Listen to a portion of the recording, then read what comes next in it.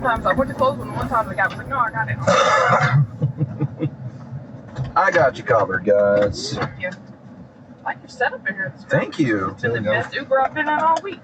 All week, huh? Yeah. I don't think I've been traveling for several years. Larry Saul well, I have soft some with boxes of gum and water and things like that. But Yeah, I've got gum, I got water, I got hot water if you guys want to make a cup of coffee or tea. There's some snacks. There's a fridge with cold sodas and water. Help yourselves to whatever you like. This is the Expert Uber. No, I actually run a YouTube channel out of this thing. oh, do you? I do. Talking to all the experts that I drive around, mostly to the airport. What are your areas of expertise? Industrial refrigeration. Industrial refrigeration. So you were here for the RETA conference. That's right. Wow, you're kind of a straggler. Did you hang out just to see the city? Not really. They. No? I'm on the board of directors, so we had. You had a bunch of business to take care of. Well, that's less fun. Yeah, we had to stay over for that. So what is there to know about industrial refrigeration that most people don't know?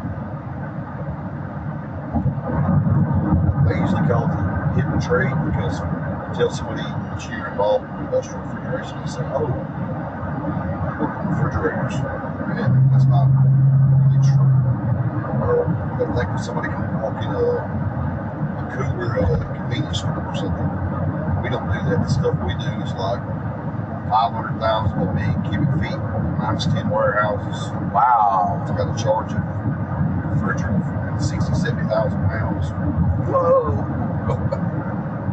Yeah, that's huge. Oh yeah. Or we do like processing plants, like you go to the store and you buy a bag of frozen chicken nuggets or something. Yeah. They come through an IQF freezer. It's probably negative 45 degrees. Cool. We Literally. provide refrigeration for that. Wow. So, pharmaceutical, petrochemical. When you need a lot of stuff really cold. Oh yeah. They use ammonia. Yeah. Yeah. And you CO2. Now, what about liquid oxygen? You ever dabble in that? We don't. I've worked at gas separation plants that separate.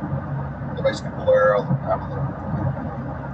of the air, and they take it and they separate. They separate the oxygen, nitrogen, CO2, argon. And they separate all that out of the air and using chillers, compressors to take it back down to from the gas back to the liquid. Yeah. That's how you get your oxygen and nitrogen, things like that for steel mills, hospitals, whatever. Yeah. So they just squeeze it? Yeah, it's a process they've got. They've got these, they call them coal boxes and some other stuff. It's a process. It takes a little bit of time, but it's mainly pressure. Yeah, it's all pressure temperature. Everything has a boil. If you think of water on the stove, right? You put 212 degrees. When it gets there, it changes from liquid to gas. Right. The same way with the air. The air is a gas. So if you get the pressures right, the temperature's right, it'll condense back from the gas back down to the liquid. And they do it at different temperatures. Not nitrogen is not as cold as CO2. So they'll condense at different temperatures through the process. So how though? How do they cool it that cold? Just drop the pressure. Pressure equals temperature. Pressure equals temperature. So water, like where we live, with atmospheric pressure is 14.7 pounds per square inch. Water boils at 212 degrees. If you put a thermometer in it, you see it start boiling, it'll be 212 degrees. Right. That's its saturation, where it's absorbed all the heat it can before it changes state. So it's the same way with nitrogen or anything else. So it's already changed state. So you just got to drop the pressure low enough to get it down to where it's boiling point. You manipulate the boiling point of the gas. Same way you do water. Water's the natural refrigerant. Right. And so then when you get it So under enough pressure, you squeeze it hard enough, and it goes back below its current boiling point. Or right? Yeah, something like that. Yeah, you reduce the pressure of the gas. So you reduce the pressure enough, and it goes back beyond its boiling point. Usually the lower the pressure, The more like boils. yeah, okay. Like we pull yeah. vacuum on the system we're going to bring online. There may be some moisture in there. We don't want the moisture in there. So once we start getting down to a vacuum, water boils and vaporizes the gas. Right, because it has to expand. All the molecules will be excited, and they'll go out into and they'll turn into a gas. It's actually kind of cool. Yep. That's kind of cool. I never would have thought about that. It's great. Thank you for your insight. Well, Can I put you on YouTube? Just Sure. explaining how the pressure works? Sure. That's awesome.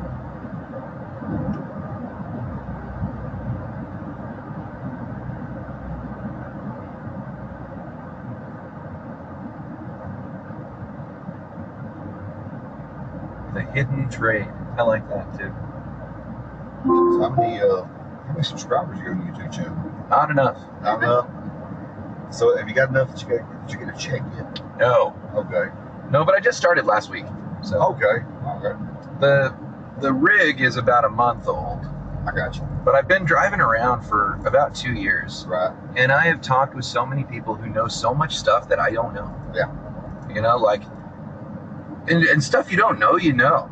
A couple of weeks ago, I met a couple of guys who work on the railroad, and they told me there are no deep water points in the western coast of Canada. So if you want to ship something to the west coast of Canada, you got to go all the way across the continent or up through the United States. Like, I'm learning about international trade. I'm learning about chemistry and how you make refrigerants and how you find like all these different gases and turn them into liquids. That's great. That's good stuff. I learned about garbage fires, and I learned about criminal psychology, and I've learned, I mean, just all the experts in my Uber. That's what gave me the idea. Is like, I know so much stuff now that I didn't know 2 weeks ago or 2 years ago, and I could put this on YouTube, and then the rest of the world could have access to this kind of information. That is just, and it's like really kind of just celebrating everybody is good at something. You know? I do the same thing. I travel all the time for work, so I'm in and out of airports, hotels. A lot of times you go to a hotel bar or something for dinner, and there'll be somebody sitting next to you that may be doing, like you said, they could be an astronaut. right. They could have any kind of other trade, Yeah. professional, you know. And it's just interesting sometimes to hear what their stuff is and how it works. Right. So yeah, that's just what I'm doing. I'm just putting that on YouTube. It's not a bad idea. I think so. Yeah, it's been about a week. I got like 12, 13 subscribers. Nice. None. But, you know, it's been a week. So what's the name of your YouTube channel? Expert Uber. Expert Uber. Yeah. Right, Ooh, which airline do we want? American. American, okay. And, Yeah, Expert Uber, no spaces. You'll find me.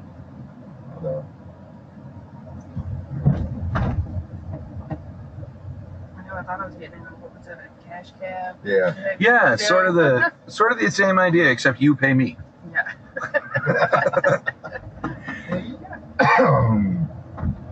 Yeah.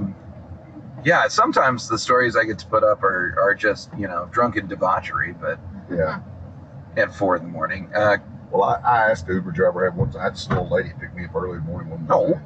She said, this is usually my favorite time to drive, but then she also said, I do pick up some people that are, you know, leaving the bars or, you know, whatever. And she said it's kind of interesting, but It is. It can be. I think It for a can little be. lady like that, it wouldn't be. But It can be. And, you know, I mean, for the most part, if you're getting in an Uber, that means you've got money. And that rules out a lot of dangerous types of people. yeah, You know, Definitely. drug addicts don't usually have take an Uber. money.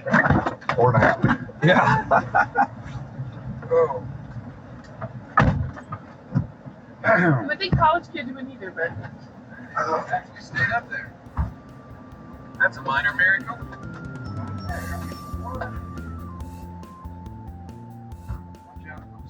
was.